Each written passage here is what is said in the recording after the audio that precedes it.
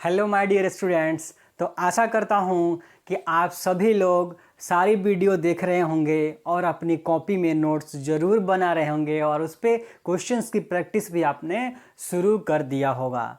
तो आज का लेक्चर हम लोग जस्ट शुरू ही कर रहे हैं। आज के लेक्चर हम लोग बस जो कल वाला लेक्चर था हम लोग का, उसमें हमने लास्ट में कूलम्ब्स लॉ शुरू किया था माय डियर।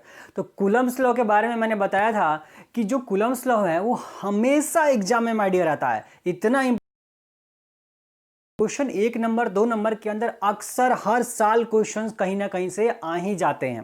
वो इतनी ज़्यादा इंपॉर्टेंट टॉपिक है। तो उसी टॉपिक को हम लोग कल पढ़ रहे थे और जस्ट हमने कल उसका स्टेटमेंट पढ़ा हुआ था। लास्ट लेक्चर के अंदर हमने कल स्टेटमेंट पढ़ा था।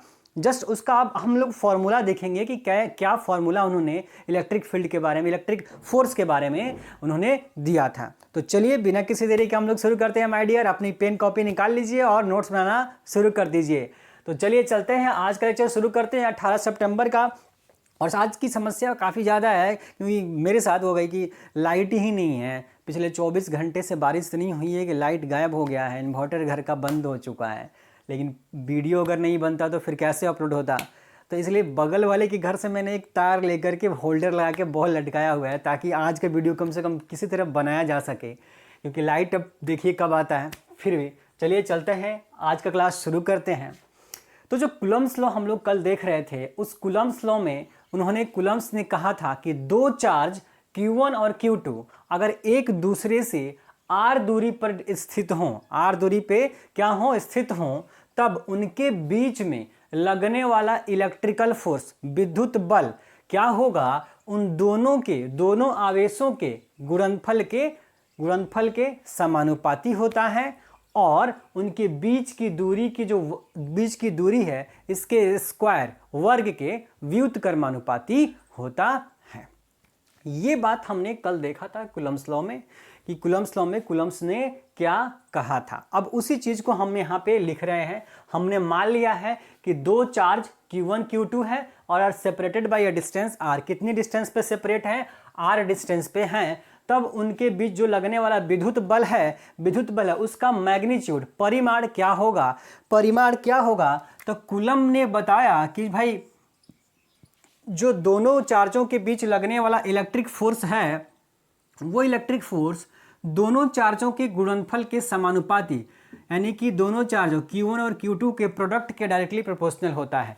तो Q1 Q2 के प्रोडक्ट को हमने डॉट से रिप्रेजेंट कर दिया, दोनों के डायरेक्टली प्रोपोर्शनल होता है। और साथ ही साथ उन्होंने कहा कि उनके बीच की जो डिस्टेंस है उसके वर्ग स्क्वायर के इन्वर्सली प्रोपोर्शनल होता है। तो नीचे में स्क्वायर लगा दिया। अब देखिए ये f इसके भी प्रोपोर्शनल है और एक तरह से इसके भी प्रोपोर्शनल 1/r² के प्रोपोर्शनल है, या r² के इन्वर्सली प्रोपोर्शनल, ऐसा बोल सकते हैं।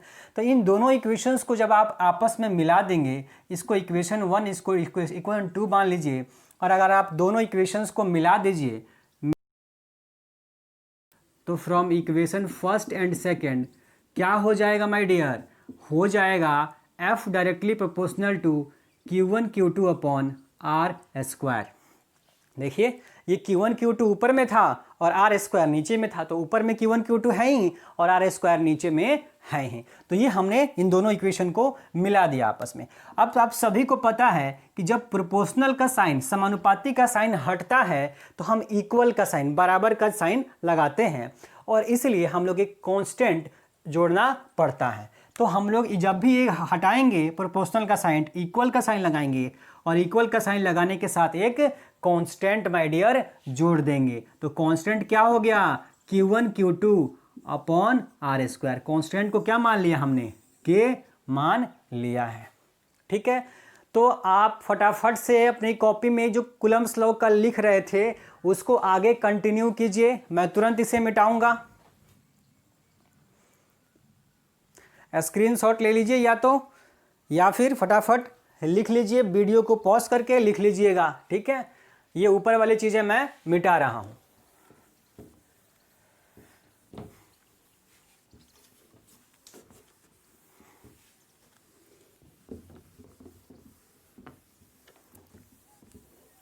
अब देखिए, अब हमको करना क्या है। हमें ये पता है कि भाई कोई कांस्टेंट है तो उस कांस्टेंट को कुछ न कुछ वैल्यू निकल के आती हैं।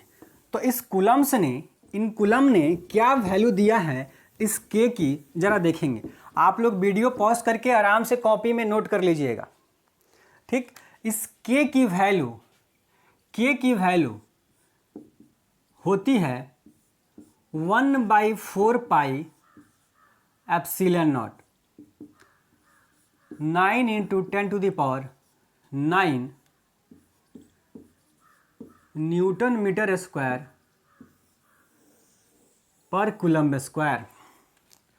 ये जो के है, इस के की वैल्यू फिक्स है, कितनी है, 9 × 10⁹ न्यूटन मीटर स्क्वायर पर कूलम्ब स्क्वायर। ये जो के कांस्टेंट नियतांक आया है, इस नियतांक की वैल्यू फिक्स है 9 × 10⁹ न्यूटन मीटर स्क्वायर पर कूलम्ब स्क्वायर। ये वैल्यू काफ़ी डेटा इंपॉर्टेंट है, बिहार बोर्ड के क्वेश्चंस के लिए, ऑब्जेक्टिव क्वेश्चंस के लिए काफ़ी इंपॉर्टेंट है के की वैल्यू।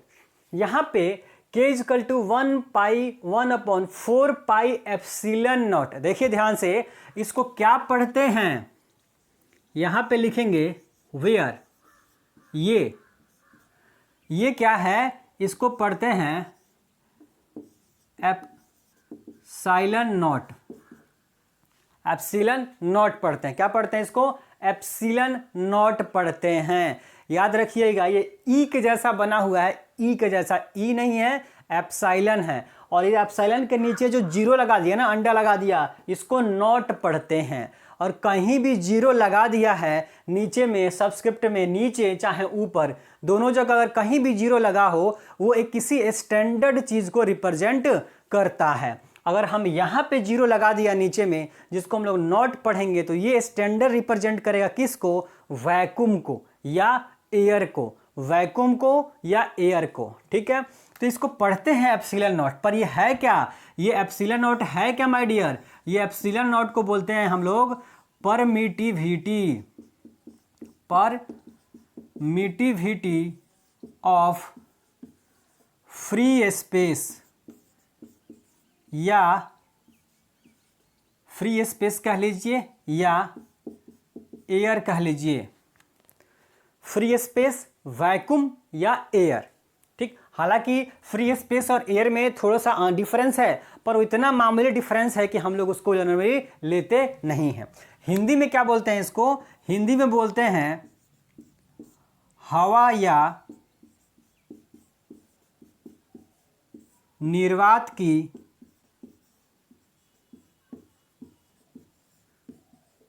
विद्युतशीलता। हवा या निर्वात की विद्युतशीलता क्या है माय डियर, हमारा एप्सिलॉन नॉट। जो एप्सिलॉन नॉट है, देखिए इसको पढ़ते हैं एप्सिलॉन नॉट। ये है क्या, ये किस चीज को, किस क्वांटिटी को रिप्रेजेंट कर रहा है, परमिटिविटी को रिप्रेजेंट कर रहा है, फ्री स्पेस के, हवा निर्वात की विद्युतशीलता। विद्युतशीलता का मतलब है, परमिटिविटी का मतलब है परमिशन देना, परमिशन देना। कौन परमिशन देता है, बोला हवा या निर्वात क्या करेगा, परमिशन देगा, किसको, चार्ज को परमिशन देगा कि भाई आप एक दूसरे के ऊपर बल लगाइए, फोर्स लगाइए। तो ये परमिशन की बात करता है कौन, एप्सिलॉन नॉट बात करता है, ठीक। इसकी वैल्यू ये आप कॉपी में लिख लीजिएगा, मैं इधर वाला वैल्यू मिटा रहा हूं। जो एप्सिलॉन नॉट है माय डियर, इस एप्सिलॉन नॉट की वैल्यू फिक्स है 8.854 × 10⁻⁻12 कूलम्ब स्क्वायर पर newton metre square, coulomb square पर न्यूटन मीटर स्क्वायर।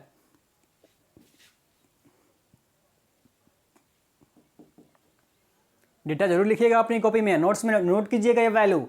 ये वैल्यू काफ़ी इंपॉर्टेंट है ऑब्जेक्टिव एग्जामिनेशन के लिए, बिहार बोर्ड के लिए खास करके। सीबीएसई बोर्ड में ये चीज़ें जल्दी पूछती नहीं है, क्योंकि ये डेटा जो है ना, सीबीएसई बोर्ड के जो क्वेश्चंस जब आते हैं तो क्वेश्चंस के ऊपर ही बहुत सारा डेटा दिया रहता है, तो वहाँ पे ये वैल्यू दिया रहता है। लेकिन बिहार बोर्ड के अंदर खास करके या दूसरे बोर्ड के अंदर जो ऑब्जेक्टिव क्वेश्चन होते हैं, उसमें यही जो है, जो सीबीएसई के अंदर दिया रहता है पहले ही क्वेश्चन के ऊपर, उसी को ऑब्जेक्टिव बना के पूछ लिया जाता है। तो अक्सर क्वेश्चन आते हैं, ये देखिए गलती से भी भूलना नहीं है, के की वैल्यू और के की वैल्यू के साथ में ये जो आप देख रहे हैं इसका यूनिट, ये यूनिट बहुत ज़्यादा इंपॉर्टेंट है। न्यूटन मीटर स्क्वायर पर कूलम्ब स्क्वायर, ये यूनिट कई बार एग्जाम में पूछा जा चुका है, तो आप याद रखेंगे के का जो वैल्यू है वो वैल्यू और न्यूटन मीटर स्क्वायर पर कूलम्ब स्क्वायर होती है। ठीक, एप्सिलॉन नॉट नीचे में भाई 4 पाई का तो कोई यूनिट होगा नहीं, यूनिट किसका होगा? एप्सिलॉन नॉट का। तो इसका एप्सिलॉन नॉट नीचे है, जब उल्टा करेंगे तो यूनिट भी क्या हो जाएगा? उलट जाएगा। तो जरा देखिए एप्सिलॉन नॉट की यूनिट देखिए उल्टा है, कूलम्ब स्क्वायर ऊपर चला गया, न्यूटन मीटर स्क्वायर नीचे आ गया, बस ये डिफरेंस है। इसे आप ये वैल्यू आपको याद होना जरूरी है। कई बार एप्सिलॉन नॉट की एक और यूनिट होती है फैराड पर मीटर, फैराड पर मीटर। तो एप्सिलॉन नॉट की एक और यूनिट है, इसे आप जरूर लिख लेंगे, कूलम्ब स्क्वायर पर newton metre square upon farad metre, farad पर मीटर। तो ये भी आप याद रखेंगे। ये कहाँ से आएगा? जब कैपेसिटर पढ़ाऊंगा, जब कैपेसिटर पढ़ाऊंगा तो मैं आपको वहाँ जरूर बताऊंगा कि एप्सिलॉन नॉट का जो आपका यूनिट है वो फैराड मीटर कैसे आ गया। जो फैराड होता है वो कैपेसिटर की कैपेसिटी का यूनिट होता है। ठीक, तो वहाँ पे मैं आप लोगों को बताऊंगा कि वो कैसे उसका यूनिट आता है। फिलहाल आप ये चीज़ें जरूर लिखेंगे। अब इसके अलावा ऑब्जेक्टिव क्वेश्चंस के अंदर देखेंगे इस एप्सिलॉन नॉट का बीमा dimension my dear students, dimension most important है। डायमेंशन जो है अक्सर एग्जाम के अंदर आता रहता है, MLTA -1 -3 T4a स्क्वायर। तो डायमेंशन माय डियर स्टूडेंट्स आप जरूर से जरूर लिखेंगे। एप्सिलॉन नॉट का डायमेंशन, एप्सिलॉन नॉट का डायमेंशन क्या होता है? M-1 L-3 T4a square, M-1 L-3 T4a square बहुत इंपॉर्टेंट है, बहुत बार एग्जाम में पूछा जा चुका है। और यहां तक कि नीट के एग्जाम में, IIT के एग्जाम में एप्सिलॉन नॉट का डायमेंशन पूछा जा चुका है। ये इतना इंपॉर्टेंट है, ये डायमेंशन आपको हर हाल में याद होना चाहिए। ठीक है, अब ये डेटा पॉज करके वीडियो आराम से लिख लीजिएगा। हम लोग अब आगे कंटिन्यू करते हैं। अब जरा देखेंगे कि जो हमारी वैल्यू थी फोर्स की, हम क्या करते हैं कि हम जो है उस फोर्स में वैल्यू पुट कर देते हैं। इक्वेशन जो आई थी उसमें हम वैल्यू पुट कर देना है, जस्ट हमारा फोर्स की वैल्यू इक्वेशन मिल जाएगी। जरा देखेंगे क्या था भाई, जो फोर्स था वो आया था के, और के की value 4 pi epsilon not. Force की वैल्यू थी के into Q1 Q2 upon R square, ये था के था यहाँ। तो के की वैल्यू हमने क्या कर दिया माय डियर? उठा करके रख दिया। तो यही क्या है? इलेक्ट्रिक फोर्स का फॉर्मूला है। दो चार्जों के बीच लगने वाला विद्युत बल, दो चार्जों के बीच लगने वाले विद्युत बल का आपका क्या है? ये फॉर्मूला है, इलेक्ट्रिक फोर्स का फॉर्मूला है। किसने दिया? कूलम्ब्स ने दिया। पर ध्यान दीजिएगा ये जो फोर्स है ये सिर्फ मैग्नीट्यूड की बात करता है, ना कि किसी दिशा की। फोर्स एक वेक्टर क्वांटिटी है, बल एक सदिश राशि है, और सदिश राशि वेक्टर क्वांटिटी के पास डायरेक्शन होगा, दिशा होगा, पर दिशा के बारे में यहाँ पे कोई चर्चा नहीं की गई है, सिर्फ और सिर्फ वैल्यू की बात की गई है। और न्यूमेरिकल प्रॉब्लम्स में हमारा डायरेक्शन मायने उतना नहीं रखेगा, हमें केवल मैग्नीट्यूड से आप क्वेश्चन सॉल्व कीजिएगा, फटाफट क्वेश्चन सॉल्व हो जाएगा। हालांकि डायरेक्शन भी आपको आना चाहिए। तो ये फॉर्मूला हमारे लिए बहुत इंपॉर्टेंट था। अब बोला ठीक है, ये एप्सिलॉन नॉट किसको रिप्रेजेंट कर रहा था? हवा या निर्वात की विद्युतशीलता की। मतलब माय डियर कि वहां पे जो माध्यम है जिसमें हम लोग ने आवेश को रखा हुआ है, वो माध्यम क्या है? वो माध्यम है हवा या निर्वात, वैक्यूम। बोला ऐसा थोड़ा ना जरूरी है कि वही होगा, कुछ कोई और मीडियम हो सकता है। तो अगर आपने मीडियम चेंज किया माय डियर, अगर आपने क्या कर दिया? मीडियम चेंज कर दिया, तो जो भी मीडियम हम लेंगे उस मीडियम का परमिशन लेना पड़ेगा हमको। जैसे यहाँ पे ये जो था एप्सिलॉन नॉट, हवा का परमिशन था, परमिशन परमिटिविटी को परमिशन ही मान लीजिए। तो हवा का परमिशन था एक तरह से कि हवा परमिशन दे रहा था फोर्स लगाने के लिए। अब आप कोई और मीडियम लगा लिया, मतलब कांच लगा लिया, कांच में चार्ज है, या पानी में चार्ज है, या किसी तेल में, ऑयल में चार्ज है, तो जो भी मीडियम होगा, पानी हमारा माध्यम हो जाएगा, तेल माध्यम हो जाएगा, तो जो भी आप मीडियम चूज करेंगे उस मीडियम की परमिशन लेनी पड़ेगी, यानी कि परमिटिविटी यानी कि विद्युतशीलता आपको लेनी पड़ेगी। तो यहां हम लोग लिखेंगे for other medium. Other medium का मतलब हवा को छोड़ करके, हवा को छोड़ करके फोर्स क्या हो जाएगा 1/4 epsilon into Q1 Q2 upon R square. देखिए मैंने बोला कि जो नॉट है वो नॉट किसी स्टैंडर्ड को रिप्रेजेंट करता है, और हमारा यहाँ स्टैंडर्ड क्या था, हवा था। मान लीजिए ये हवा है, पर अगर हवा को छोड़ के कोई और है ना तो नॉट नहीं लिखेंगे, बस बात खत्म। तो ये हमारा एप्साइलन क्या है माय डियर, जो एप्साइलन है हमारा, वो एप्साइलन जो है वो क्या है, permittivity of the medium. Absolute एक शब्द होता है एब्सोल्यूट, एब्सोल्यूट लगाते हैं पर नहीं भी लगाएंगे कोई दिक्कत नहीं है। परमिटिविटी ऑफ द मीडियम, जो भी मीडियम होगा ध्यान रखेंगे वो मीडियम क्या होगा, हवा को छोड़ करके कोई भी और माध्यम लेंगे तो उसकी क्या हो जाएगी, विद्युतशीलता। यहां चाहे तो आप हिंदी में भी लिख सकते हैं, हवा को छोड़कर दूसरे माध्यम की विद्युतशीलता, हवा को छोड़ करके कोई और माध्यम है उसकी विद्युतशीलता यहां पे हम लेंगे। ठीक है, ये फोर्स हो गया। अब जो है, अब हम क्या करते हैं माय डियर, अब हम करते हैं ये कि हम इन दोनों को डिवाइड करवा देते हैं। अब हम इन दोनों को डिवाइड करवा देते हैं। जब दोनों को डिवाइड करवाइएगा तो क्या मिलेगा, ये 1/4 से 1/4 कट जाएगा, Q1 Q2 by R square से Q1 by Q2 by R square cancel हो जाएगा। यानी कि इसको अगर आप इक्वेशन 1 मान लीजिए माय डियर, और इसको इक्वेशन नंबर 2 मान लीजिए। यहाँ मानते हैं हम F1 और F1 2 मानते हैं, यहाँ पे मान लीजिए, मान लेते हैं।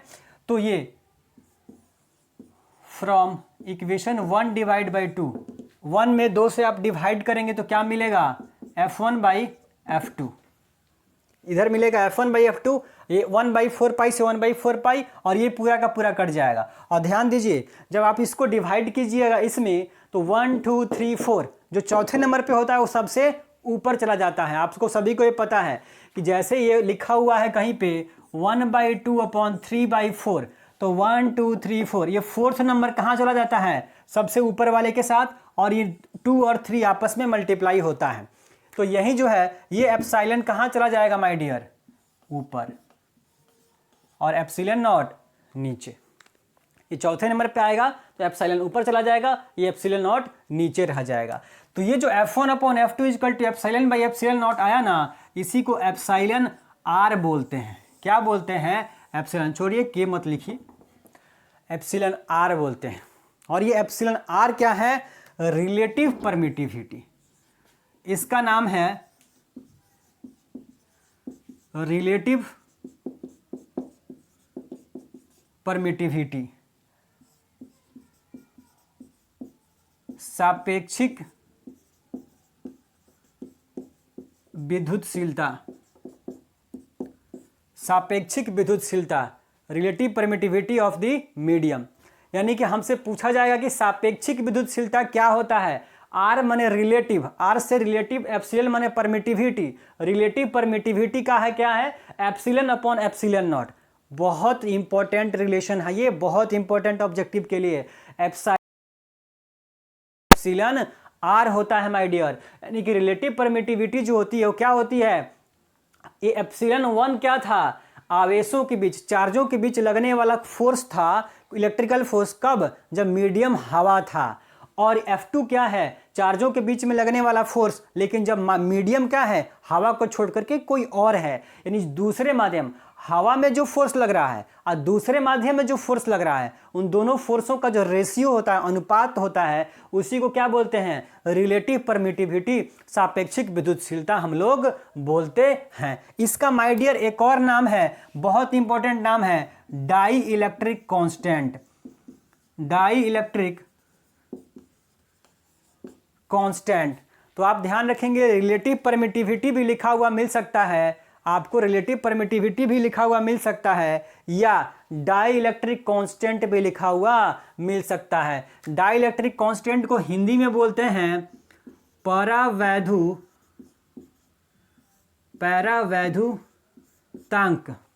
पैरावैद्युतांक या पैराविद्युत नियतांक।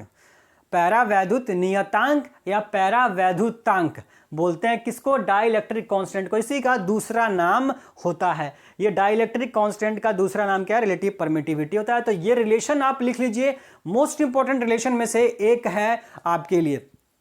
मैं जो भी लिखाऊंगा कूलम्स लॉ में, हर एक बात क्वेश्चन है। जो भी कूलम्स लॉ में मैं बता रहा हूं, एक हर एक क्वेश्चन है, और कोई भी क्वेश्चन एग्जाम में आपसे पूछा जा सकता है।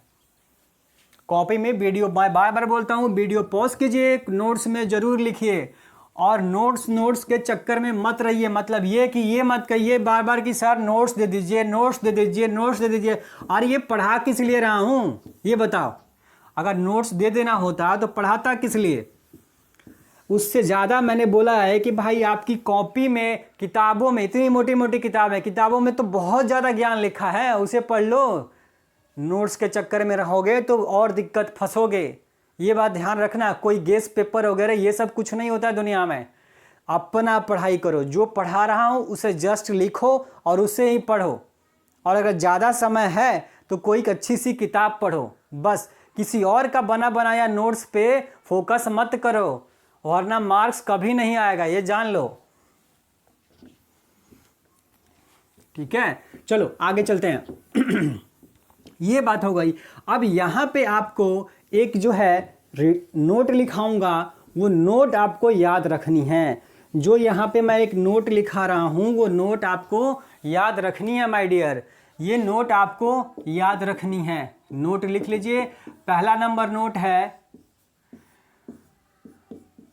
कि रिलेटिव परमिटिविटी हवा का एक होता है।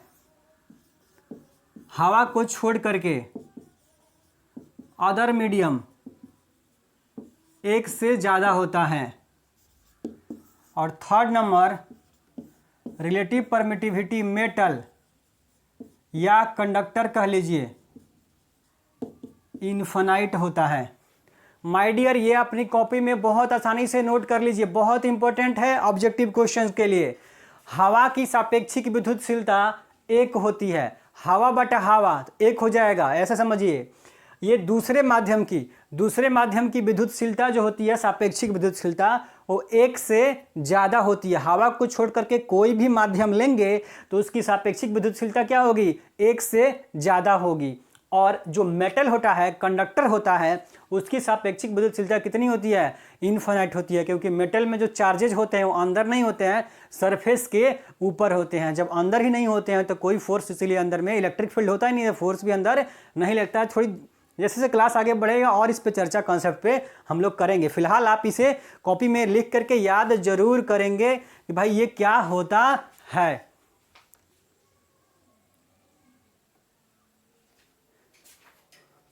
लिख लिया आपने? अब इसके बाद फोर्थ नंबर नोट लिखेंगे। चौथा नंबर नोट लिखिए फटाफट। चौथा नंबर नोट क्या है? चौथा नंबर नोट क्या है? काफी इंपॉर्टेंट है, बहुत इंपॉर्टेंट है। फोर्थ नंबर नोट बहुत ज्यादा इंपॉर्टेंट है। फोर्थ नंबर नोट क्या है? लिखेंगे, if dielectric is placed between the charges, then the electric force between them is reduces। English medium के बच्चे फटाफट ये नोट लिख लेंगे। अभी समझाता हूं इसको क्या है ये। हिंदी में लिखेंगे, यदि आवेशों के बीच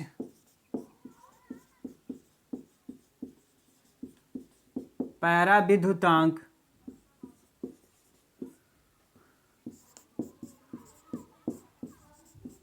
रख दिया जाए तब उनके बीच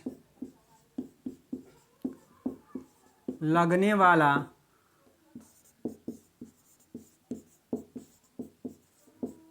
विद्युत बल का मान कम हो जाता है या घट जाता है। वाला की जगह वाले कर लीजिए, कोई दिक्कत नहीं है। हिंदी मीडियम वाले स्टूडेंट्स फटाफट से इसे नोट करेंगे। अब मैं क्या समझा रहा हूं कि भाई अगर आपने पैरा विद्युतांक रख दिया, डाई इलेक्ट्रिक रख दिया आवेशों के बीच में, आवेशों के बीच में मतलब सर ये आवेश था Q1 Q2 और इसके बीच में आपने क्या कर दिया, एक डाई इलेक्ट्रिक ला के रख दिया, तब जो इनके बीच में बल लग रहा था, विद्युत बल लग रहा था, इलेक्ट्रिक फोर्स लग रहा था, उसकी वैल्यू घट जाती है। बहुत ज़्यादा बार ये क्वेश्चन एग्जाम में पूछा जा चुका है, एकदम मोस्ट इंपॉर्टेंट बात है ये। दोनों आवेशों के बीच में अगर हमने क्या कर दिया, पैरा विद्युतांक ला के रख दिया, तो उनके बीच लगने वाला फोर्स की वैल्यू क्या हो जाएगी, कम हो जाएगी। बोला कैसे कम हो गई, कम ऐसे हो गई कि पैरा विद्युतांक रखने का मतलब क्या है, मैंने अभी बताया, एक माध्यम, एक दूसरा माध्यम जो कि हवा नहीं है, हवा को छोड़ करके पैरा विद्युतांक रखने का मतलब सीधे सीधे आप ये समझ जाइए कि कोई दूसरा माध्यम हम ला करके रख दिए हैं हवा को छोड़ करके। मतलब मान लीजिए ये हवा नहीं है, इसके बीच में पानी है। पैरा विद्युतांक रखने का मतलब है कि हवा नहीं, हवा की जगह पे क्या है, पानी है, और जो पानी है उसकी, पानी की जो रिलेटिव परमिटिविटी होती है उसकी वैल्यू 80 होती है। वाटर की रिलेटिव परमिटिविटी कितनी होती है, 80 होती है। ठीक है, हवा की कितनी होती है माय डियर, 1 होती है, और इसकी पानी की कितनी होती है, 80 होती है। ठीक है, इसे भी आप चाहे तो नोट कर सकते हैं, वैसे पूछेगा नहीं कभी पानी के बारे में। ठीक है, मैंने बता दिया भाई। अगर दूसरा ला करके माध्यम आप रख देते हैं, पैरा विद्युतांक रखने का मतलब कि कोई और माध्यम रख दिया, तो माय डियर क्या हो जाएगा, ये देखेंगे जरा, फोर्स की वैल्यू थी 1/4 pi epsilon Q1 Q2 by R square. ये नॉट था जब हवा था, सुन लीजिए मेरी बात, ये देखिए, ये जो फोर्स है वो देखिए, वो फोर्स आप एक तरह से कह सकते हैं कि एप्सिलॉन के इनवर्सली प्रोपोर्शनल है कि नहीं है। ये एप्सिलॉन नॉट नीचे में है तो फोर्स इसके इनवर्सली प्रोपोर्शनल हुआ, व्युत्क्रमानुपाती होगा। अगर ऊपर है तो समानुपाती है, नीचे है तो व्युत्क्रमानुपाती है। यानी कि इस एप्सिलॉन की वैल्यू जितनी ज़्यादा होगी, फोर्स की वैल्यू उतनी कम होगी। उल्टा नहीं समझ सकते हैं कि भाई ये जितना बढ़ेगा ये बल उतना ही कम होगा। तो ये यहाँ पे एप्सिलॉन जो होगा वो आप देख सकते हैं कि भाई पानी के लिए वैल्यू क्या है, ज़्यादा। यानी कि ये वैल्यू जब पानी के लिए ज़्यादा है, आपने अभी देखा कि जो रिलेटिव परमिटिविटी होती है माय डियर, रिलेटिव परमिटिविटी वो क्या होती है, एक से ज़्यादा होती है किसी भी माध्यम के लिए। तो रिलेटिव परमिटिविटी अगर एक से ज़्यादा होगी किसी भी माध्यम के लिए, यानी कि ये ज़्यादा है एक तरह से, ये जब ज़्यादा है तो बल क्या होगा, घट जाएगा। मान लो यहाँ पे कोई और माध्यम लिखा होता, कोई और माध्यम है तो क्या करेंगे भाई, कोई और माध्यम है तो कोई दिक्कत नहीं है, 1/4 पाई एप्सिलॉन, एप्सिलॉन की जगह पे आप क्या लिखेंगे, epsilon naught into epsilon R, ये लिखेंगे। भाई ये कोई और माध्यम है एप्सिलॉन, उस माध्यम की परमिटिविटी है, तो इस एप्सिलॉन के जगह पे हम लिख सकते हैं epsilon naught into epsilon R. बोला ये कहाँ से लिख रहे हैं एप्सिलॉन के जगह पे, तो बोला अभी वहाँ पे आपको रिलेशन लिखाया था कि epsilon R equal to epsilon upon epsilon naught, तो वहाँ से जाके मल्टीप्लाई कर जाएगा, तो एप्सिलॉन की जगह पे epsilon naught into epsilon R लिख सकते हैं। ये रिलेशन काफ़ी इंपॉर्टेंट है, जो अभी वहाँ पे लिखा हुआ था, रख दिया। यानी कि आप देखेंगे कि फोर्स इनवर्सली प्रोपोर्शनल है रिलेटिव परमिटिविटी के, इनवर्सली प्रोपोर्शनल है रिलेटिव परमिटिविटी के। तो रिलेटिव परमिटिविटी हवा की 1 हो गई है, पानी की 80 हो गई, तो जब 80 टाइम्स क्या हो गया, ये बढ़ गया, तो 80 टाइम ये बढ़ गया, तो 80 टाइम्स फोर्स क्या हो जाएगा, घट जाएगा। वही मैं बताया आपको कि अगर कोई भी दूसरा माध्यम आ जाए हवा को छोड़ करके, कोई भी दूसरा माध्यम आवेश के बीच में अगर ला के रख देंगे तो क्या हो जाएगा, दोनों के बीच जो बल लग रहा था वो माय डियर कम हो जाएगा, घट जाएगा। बहुत इंपॉर्टेंट बात थी ये, जिसको अभी मैंने बताया।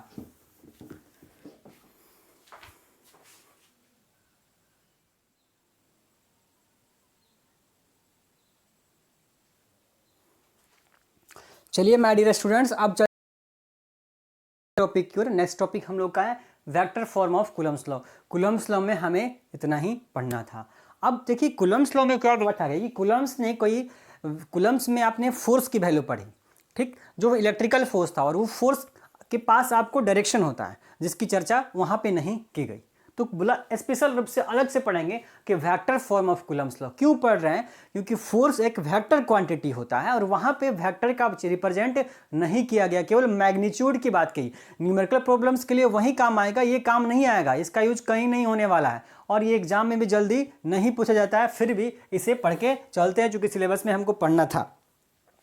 वेक्टर में देखिए, अगर किसी को वेक्टर के फॉर्म में रिप्रेजेंट करना होता है तो उसके पास क्या चाहिए? दिशा चाहिए माय डियर। और डायरेक्शन को कौन रिप्रेजेंट करता है? यूनिट वेक्टर रिप्रेजेंट करता है। तो सबसे पहले हम बना लेते हैं कि दो चार्ज है माय डियर, Q1 और Q2, दो चार्ज है। ठीक, ये कोई ओरिजिन है जहां से हम लोग डिस्टेंस इसकी मेजर करेंगे। इसकी डिस्टेंस है R1, इसकी डिस्टेंस है R2, इस Q1 की, ये पॉइंट A पॉइंट B। 1 से 2 की जो डिस्टेंस है वो हमारी क्या है? R है। इसी R को हम लोग R12 या R21 भी लिख सकते हैं। और ये बात समझ में क्या लिख रहा हूं भाई? 1 और 2 चार्ज, दो चार्ज Q1 Q2 जिसके बीच की डिस्टेंस कितनी होती है? R होती है। ठीक, और ये चार्ज जो है वो ओरिजिन मूल पॉइंट से कितना डिस्टेंस पे है? R1, और मूल बिंदु से इसकी डिस्टेंस कितनी है? R2 है। भाई ये मूल बिंदु क्या होता है? कोऑर्डिनेट सिस्टम पढ़ते हैं ना, कोऑर्डिनेट सिस्टम। ये कोऑर्डिनेट सिस्टम जिसमें ये ओरिजिन होता है, यहीं से हम लोग मान लिया है कि यहाँ है ये Q1 और यहाँ है Q2, पर हम लोग ये कोऑर्डिनेट बनाते नहीं हैं, इसलिए हम यहाँ पे इसको रिप्रेजेंट नहीं कर रहे हैं। चलिए देखिए, एक मिनट माय डियर। हाँ चलिए, ये R1 डिस्टेंस, ये R2 डिस्टेंस, R क्या हो गई? दोनों के बीच। बोला ये R12 R21 क्या लिख रहे हैं? R12 R21 क्या है? तो बोला 1 से 2 इसकी डिस्टेंस जाइए, चाहे 2 से 1 जाइए, दोनों तो दूरी बराबर ही है ना। आप अपने घर से मार्केट जाते हैं और मार्केट से घर जाते हैं एक ही रास्ते से, तो सेम डिस्टेंस आप कवर करते हैं, तो 1 बराबर है। बोला इसको हम लोग वेक्टर के फॉर्म में माय डियर रिप्रेजेंट करना है। तो वेक्टर को कौन रिप्रेजेंट करता है? वेक्टर बताने के लिए हमें क्या चाहिए? हमें चाहिए यूनिट वेक्टर, इकाई सदिश। इकाई सदिश को टोपी पहना के हम लोग बताते हैं, 11th क्लास में बहुत अच्छे से पढ़ाया जाता है। इकाई सदिश, ये इकाई सदिश क्या बताता है? नाम ही है यूनिट वेक्टर का, किसकी वैल्यू 1 होगी। यूनिट वेक्टर की वैल्यू 1 होती है, लेकिन ये करता क्या है? सिर्फ और सिर्फ डायरेक्शन रिप्रेजेंट करता है, दिशा बताता है। बल हमारे पास पहले से ही है, बल का फॉर्मूला, फोर्स का फॉर्मूला हम लोग पहले पढ़ चुके। अब हमें अगर डायरेक्शन मिल जाए तो हम वेक्टर फॉर्म में उसको लिख देंगे किसी भी चीज को। तो वेक्टर के फॉर्म में रिप्रेजेंट करने के लिए हमें क्या चाहिए होता है? यूनिट वेक्टर चाहिए होता है। और यूनिट वेक्टर का फॉर्मूला होता है वेक्टर अपॉन वेक्टर का मैग्नीट्यूड। ये कोई राशि है, वेक्टर राशि है R, R के ऊपर तीर का निशान लगाया, माने R वेक्टर है। अब R वेक्टर अपॉन मॉड लगा दिया, मॉड का मतलब उसका परिमाण, परिमाण निकालते हैं, मैग्नीट्यूड निकालते हैं। तो किसी वेक्टर और वेक्टर के मैग्नीट्यूड का जो रेशियो है वो यूनिट वेक्टर कहलाता है। और इस यूनिट वेक्टर की वैल्यू कितनी होती है? 1 होती है। इसका काम क्या होता है? दिशा बताने का काम होता है माय डियर। तो अगर आपको फोर्स लिखना है F12, देखेंगे जरा, इस 1 के ऊपर फोर्स कौन लगाएगा? बोला ये लगाएगा। और 2 के ऊपर कौन फोर्स लगाएगा? बोला ये। देखिए, जो आपको इलेक्ट्रिकल फोर्स होता है ना, वो एक दूसरे के विपरीत लगता है। यानी अगर ये चार्ज इस चार्ज के ऊपर लगाएगा तो ये चार्ज भी इस चार्ज के ऊपर क्या करेगा? उतना ही फोर्स लगाता है। तो हम यहाँ पर रिप्रेजेंट कर लेते हैं F12 और यहाँ रिप्रेजेंट कर लेते हैं F21। 1 2 का मतलब है कि 1 पर लग रहा है फोर्स, लगाने वाला कौन है? दूसरा, ये लगाने वाला है। F21 का मतलब है कि 2 का मतलब है कि 2 पे लग रहा है, और यहाँ 1 का मतलब है कि 1 लगा रहा है, ये वाला लगा रहा है 2 के ऊपर। तो ये बात आप समझ जाएंगे, 2 1 का क्या मतलब है, 1 2 का क्या मतलब है। ठीक, अब दोनों फोर्स, ये इसको इधर फोर्स लगाएगा और ये इसको इधर फोर्स लगाएगा, अपोजिट में फोर्स लगा रहा है। भाई सिंपल बात जानते हैं कि दोनों चार्ज अगर सेम है, प्लस प्लस है, तो प्लस प्लस के बीच में रिपल्सन, दूरी होगी, तो विपरीत दिशा में क्या होगा? अपोजिट डायरेक्शन में फोर्स लगेगा। तो अगर F12 की वैल्यू लिखनी है तो बोला my dear 1/4 pi epsilon naught Q1 Q2 upon R12 square into R12 का कैप लिख देंगे। देखिए, ये बल को रिप्रेजेंट करना था, इस बल को। तो ये देखिए फॉर्मूला जो हमने अभी पढ़ा, 1/4 pi epsilon naught Q1 Q2 by R square. तो Q1 Q2 upon R square, R के जगह पे R12 लिख दिया है भाई।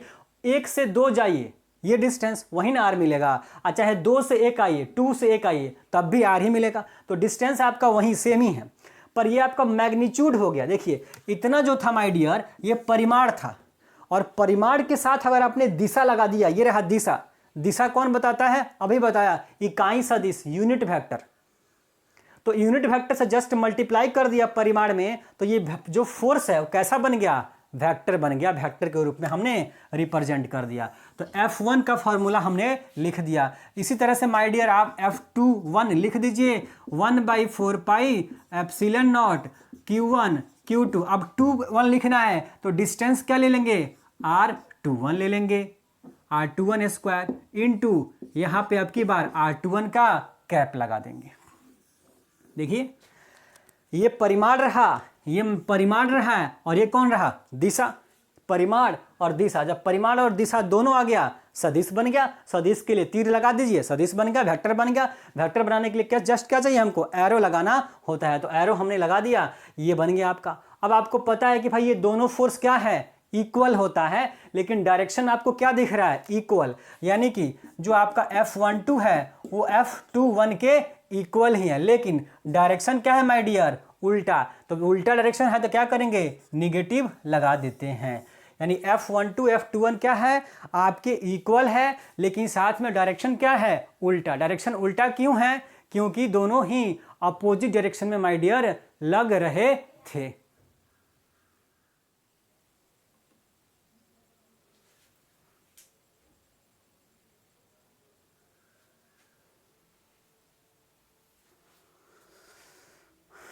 चलिए, तो इससे आप क्या समझ रहे हैं कि F12 और F21 आपस में क्या है? इक्वल है, लेकिन अपोजिट है। और इक्वल और अपोजिट फोर्स ये कौन बताता है? ये कौन बताता है माय डियर? याद कीजिए, न्यूटन का third law of motion.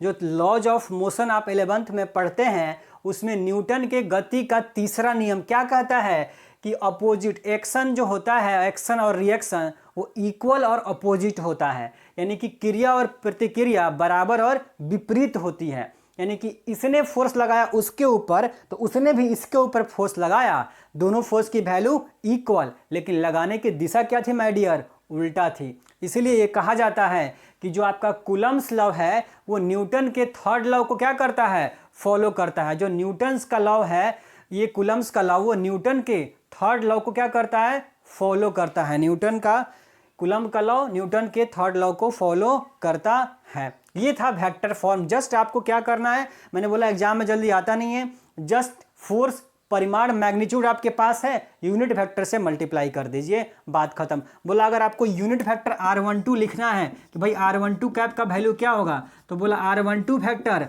Upon R12 का परिमाण, बात खत्म। ये हो जाएगी। जस्ट आपको इसमें कुछ भी नहीं करना था, आपको मैग्नीट्यूड के अंदर साथ में डायरेक्शन बस लगा दीजिए, बात खत्म हो जाएगा। अब माय डियर स्टूडेंट, ये वेक्टर फॉर्म था। अब इस वेक्टर फॉर्म के बाद जो आपको मोस्ट इंपॉर्टेंट टॉपिक पढ़ना है वो है आपका principle of superposition my dear. Principle of superposition यानी कि फोर्सेस बिटवीन मल्टीपल चार्जेस। जहां पे कूलम्स लॉ, ये बात ध्यान से सुनिए जो मैं बोल रहा हूं, जो आपका कूलम्स लॉ होता है माय डियर, वो कूलम्स लॉ की लिमिटेशन थी कि वो सिर्फ 2 चार्ज के लिए वैलिड है। सिर्फ 2 चार्जों के लिए ही क्या था आपका कूलम्स लॉ वैलिड था। तब बोला अगर सर अगर 2 से ज़्यादा चार्ज हो जाए तो क्या होगा? अगर 2 से ज़्यादा चार्ज हो जाए तो क्या होगा, तो हम फोर्स कैसे निकालेंगे? फिर उस कॉन्सेप्ट को आया, उस चीज़ को देने के लिए कि भाई फोर्स कैसे निकालिएगा कि किसी सिस्टम में 2 से ज़्यादा चार्ज हो जाए तो आप फोर्स कैसे निकालेंगे। इसके लिए आया प्रिंसिपल ऑफ सुपरपोजिशन। तो नेक्स्ट हेडिंग बनाइए, नेक्स्ट हेडिंग बनाएंगे principal of superposition. Principal of superposition Hindi में बोलते हैं अध्यारोपण का सिद्धांत। अध्यारोपण का सिद्धांत यानी कि यहाँ पे हम लोग चर्चा करेंगे किसकी? ऐसे सिस्टम की जिसमें 2 से ज़्यादा माय डियर चार्ज हों, 2 से ज़्यादा चार्ज हों, उसकी चर्चा हम लोग करने वाले हैं। तो चलिए हम लोग क्या करते हैं, एक सिस्टम बना लेते हैं, उसमें दो से ज़्यादा चार्ज क्या करते हैं मान लेते हैं। तो मान लीजिए कोई चार्ज यहाँ Q1 है, ठीक, कोई चार्ज क्या है Q1 है, और ये यहाँ पे एक चार्ज है Q2, यहाँ चार्ज है Q3, और ये क्या है एक ओरिजिन है, मूल पॉइंट है। चाहे तो आप इसको कोऑर्डिनेट सिस्टम से भी, इस फोटो को आप ऐसे भी बना सकते हैं कि माय डियर ये y एक्सिस है, x एक्सिस है, ओरिजिन है, यहाँ से हमने ले लिया एक चार्ज Q2, यहाँ से ले लिया Q1, यहाँ से ले लिया Q3, ऐसे भी हम लोग बना सकते हैं, आपकी मर्जी है, ऐसे बना लीजिए चाहे ऐसे बना लीजिए, आसान है ये वाला, देखने से अच्छा दिख रहा है तो ऐसे बना लेते हैं, कोई दिक्कत नहीं है, ठीक है। तो हम क्या मान लेते हैं कि भाई ओरिजिन से डिस्टेंस Q2 की R2, Q3 की R3, और इसकी डिस्टेंस 1 की डिस्टेंस यहाँ से लेंगे, ये डिस्टेंस कितनी हो जाएगी माय डियर R1 हो जाएगी, ठीक है। और इसके बीच में 1 और 3 की डिस्टेंस R13, 1 और 2 की डिस्टेंस R12, ठीक, और कोई डिस्टेंस तो है नहीं, चलिए चलते हैं R12, R13, ठीक है। अब आपको करना क्या है कि इस सिस्टम में हमने रिप्रेजेंट कर रखा है 3 चार्ज Q1, Q2, Q3, पर हम कितना मानते हैं, हम मानते हैं कि n चार्ज है इस सिस्टम में। कितना चार्ज है माय डियर, n चार्ज है। भले दिखाने के लिए मैंने आपको बता दिया Q3 ही चार्ज, पर इसमें हम लोग इस ओरिजिन से यहाँ Q4, Q5, Q6, Q7, Q8, Q9 चारों ओर चार्ज ही चार्ज मान सकते हैं, और हम मानेंगे भी कि इस सिस्टम में कितना चार्ज है, n चार्ज है।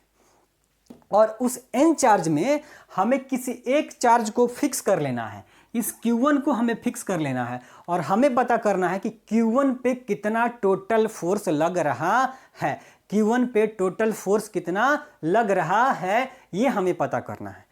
तो बोला ठीक है, अगर आप चाहते हैं कि Q1 पे टोटल फोर्स निकालना है तो सिस्टम में भले n चार्ज हैं, आप कूलम्स लॉ कैसे लगाइएगा। तो यहाँ पे प्रिंसिपल ऑफ सुपरपोजिशन एक बात कह रहा है कि एक काम कीजिए माय डियर, आप क्या कीजिए कि इंडिविजुअल सबको लगा लीजिए। मतलब ये कि अगर आप क्या कीजिए, Q1 के ऊपर निकालना है तो Q1 तो आप एगो चार्ज फिक्स कर लिए, पर एक दूसरा चार्ज चाहिए फोर्स निकालने के लिए। तो दूसरे चार्ज के लिए एक बार Q2 को लीजिए, फिर Q2 को छोड़ दीजिए, अगली बार Q3 को लीजिए, फिर Q1 और Q2 और Q3 का काम हो गया तो Q4 को लीजिए, फिर Q5 को, Q6 को, Q7 को, सबका बारी बारी से Q1 के साथ मल्टीप्लाई करके उसकी फोर्स की वैल्यू कैलकुलेट कर लीजिए और सबको बाद में जोड़ दीजिए, तो हमको पता चल जाएगा कि इसके ऊपर कितना टोटल फोर्स लग रहा है। लेकिन यहाँ पे एक कंडीशन हो गई कि जो फोर्स है माय डियर वो एक वेक्टर क्वांटिटी है, तो यहाँ पे जो भी एडिशन करेंगे या जो भी फोर्स की वैल्यू लिखेंगे वो फोर्स की वैल्यू आपको डायरेक्शन के साथ होगी, वेक्टर के फॉर्म में लिखी जाएगी। तो देखेंगे ये जो Q2 है इस Q1 को धक्का देगा, सभी हम लोग सेम चार्ज मान लेते हैं। ध्यान से दीजिएगा कि जो चार्जेस हम लोग मानेंगे वो एक ही जैसे तरह का चार्ज मानेंगे, पॉजिटिव है तो पॉजिटिव मान के चलेंगे। तो Q2 क्या करेगा, Q1 को धक्का देगा क्योंकि सेम चार्ज है, अपोजिट करेगा इसको रिपल करेगा, तो इसको ऊपर फोर्स लगाएगा, 1 के ऊपर लगाएगा। कौन लगाएगा माय डियर, 2 लगाएगा। तो 1 2 का डायरेक्शन किधर हो गया, इधर हो गया। ये 3 भी क्या करेगा, 1 के ऊपर फोर्स लगाएगा, कहां लगाएगा, ऊपर की ओर लगाएगा, ठीक है। ये 3 1 के ऊपर लगाया, ऊपर की ओर धक्का देगा, ये 2 इसको इधर की ओर धक्का देगा। यानी कि अगर इस फोटो के अकॉर्डिंग चले तो दो फोर्स लग रहे हैं Q1 के ऊपर, F12 और F13। अब इन दोनों फोर्सेस का रिजल्टेंट कहां आएगा, बोला इनके बीच में आएगा। इन दोनों फोर्स का रिजल्टेंट कितना आएगा, इनके बीच में। तो हम लोग पता कर लें कि F1 पे नेट फोर्स कितना लग रहा है, तो ये सभी फोर्सेस को क्या कर देंगे, जोड़ देंगे। नेट फोर्स किधर हो जाएगा, F1 हो जाएगा। तो ये फोटो माय डियर आप लोग रिप्रेजेंट कर लीजिए अपनी कॉपी में, ये फोटो जो है आराम से ड्रॉ कर लीजिए, ठीक है। फिर हम इधर लिख रहे हैं, आप कॉपी में लिखिए, इस फोटो को बना लेंगे। मानेंगे कंसीडर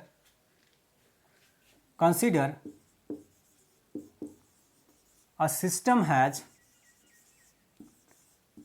n चार्जेज।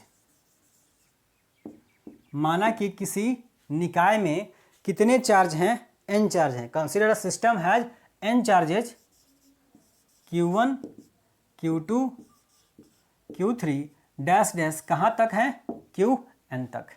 हिंदी में लिख लेंगे, माना कि माना कि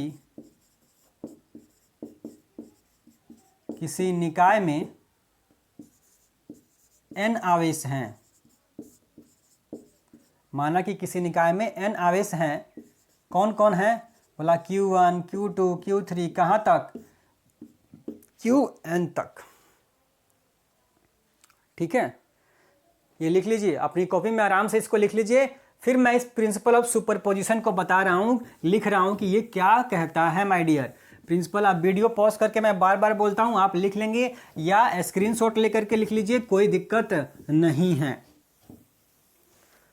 अब मेन है प्रिंसिपल ऑफ सुपरपोजिशन लिखना, तो लिखेंगे यहाँ पे स्टेटमेंट इसका, according to principle of superposition the net electrical force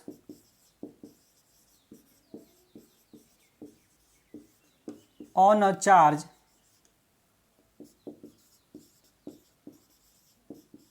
in a system of n charges is equal to the algebraic summation of all the forces acting on it।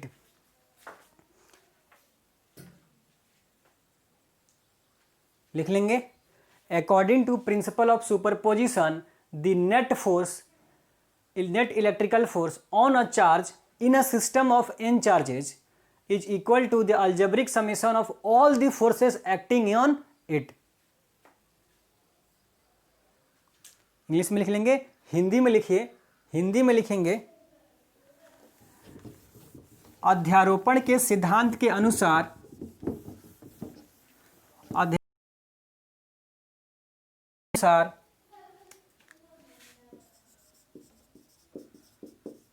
अध्यारोपण के सिद्धांत के अनुसार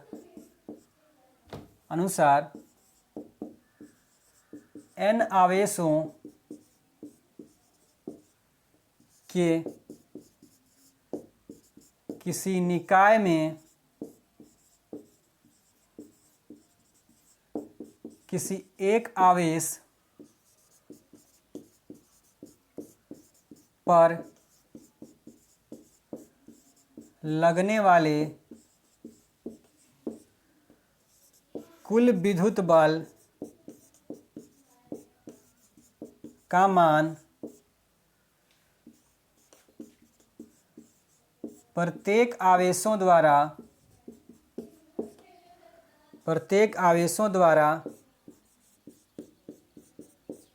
लगाए गए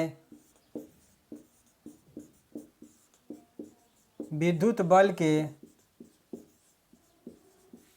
सदिश योग के बराबर होता है। सदिश योग के बराबर होता है। हिंदी मीडियम के बच्चे फटाफट ये डेफिनेशन, जो आपका प्रिंसिपल ऑफ सुपरपोजिशन का जो सिद्धांत है वो क्या कहता है उसे लिखेंगे। अध्यारोपण के सिद्धांत के अनुसार n आवेशों के किसी निकाय में किसी एक पर्टिकुलर आवेश पर लगने वाले विद्युत बल का मान क्या होगा? प्रत्येक आवेश द्वारा जो लगाया जा रहा है बल उसके सदिश योग के बराबर होता है। इसे लेंगे, ये बोलता है अध्यारोपण। अगर आपके एग्जाम में आता है क्वेश्चन, ये अध्यारोपण का सिद्धांत 2 नंबर में क्वेश्चन पूछा जाता है माय डियर, आएगा तो आपको क्या करना है, ये जस्ट ये डायग्राम ड्रॉ करना है, आपको ये उसका सिद्धांत लिखना है कि क्या कहता है, और सिद्धांत लिखने के बाद जस्ट फॉर्मूला लिख दीजिए, बात खत्म।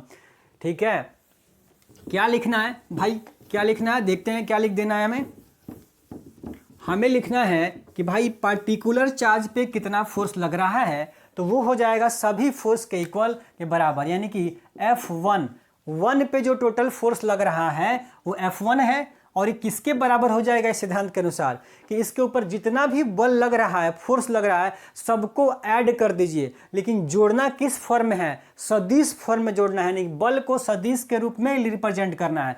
तो 1 के ऊपर कौन बल लग रहा था? पहले बल लग रहा है आपको F12, तो बोला आपको F12 लिख देंगे। फिर कौन लग रहा है? बोला F13 लग रहा है, तो F13 लिख देंगे। फिर बोला सिस्टम में तो n चार्ज माने हैं, तो F14 लगेगा। ऐसे ही डैश डैश डैश कहाँ तक जाएगा? F1n तक जाएगा माय डियर। ये होता है प्रिंसिपल ऑफ सुपरपोजिशन। F पे जितना भी फोर्स लग रहा है सबको क्या कर दीजिए? जोड़ दीजिए, बात खत्म। अब आपकी मर्जी है कि इसको वैल्यू को यहाँ पे लिखिए या नहीं लिखिए। ये भाई F12 का वैल्यू लिखेंगे 1/4 pi epsilon naught Q1 Q2 upon R12 square into R12 का कैप। फिर प्लस F13 अगर आपकी मर्जी है लिखना 1/4 pi epsilon naught Q1 Q3। देखिए 1 3 है तो चार्ज भी Q1 Q3, डिस्टेंस भी 1 3 और यहाँ R13 का कैप लगा देंगे। मैं बोल रहा हूँ वेक्टर के फॉर्म में रिप्रेजेंट करना, और अभी मैंने बताया वेक्टर के फॉर्म में रिप्रेजेंट कैसे करना है। जस्ट आपको इकाई सदिश यूनिट वेक्टर से मल्टीप्लाई कर देना है। तो ये फोर्स का फार्मूला हो गया और ये इकाई सदिश बन गया वेक्टर।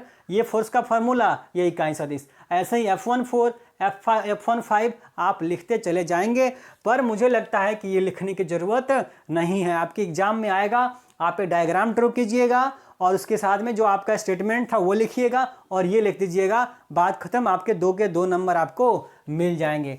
तो माय डियर, आज के लेक्चर में, आज का लेक्चर बहुत इंपॉर्टेंट था, बहुत ज़्यादा इंपॉर्टेंट था एग्जाम की व्यू से, जिसमें आज जो मैंने जो भी चीज़ें पढ़ाई हैं हर एक टॉपिक एग्जाम में आता ही आता है। तो वीडियो आपको पूरा का पूरा देखना है, नोट्स अच्छे से तैयार कर लेने हैं आपको लिख करके, और रिवाइज उसको करना है। मैं आपको इसके बाद एक नोट लिखा देता हूं, इस नोट को आप याद रखेंगे। नोट माय डियर लिख लीजिए, नोट लिख लीजिए, नोट लिख लीजिए। Coulombian force is an electrical force as well as central force।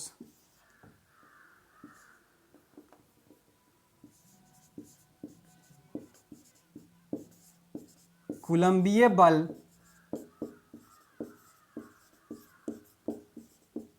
विद्युत बल तथा केंद्रीय बल दोनों होता है।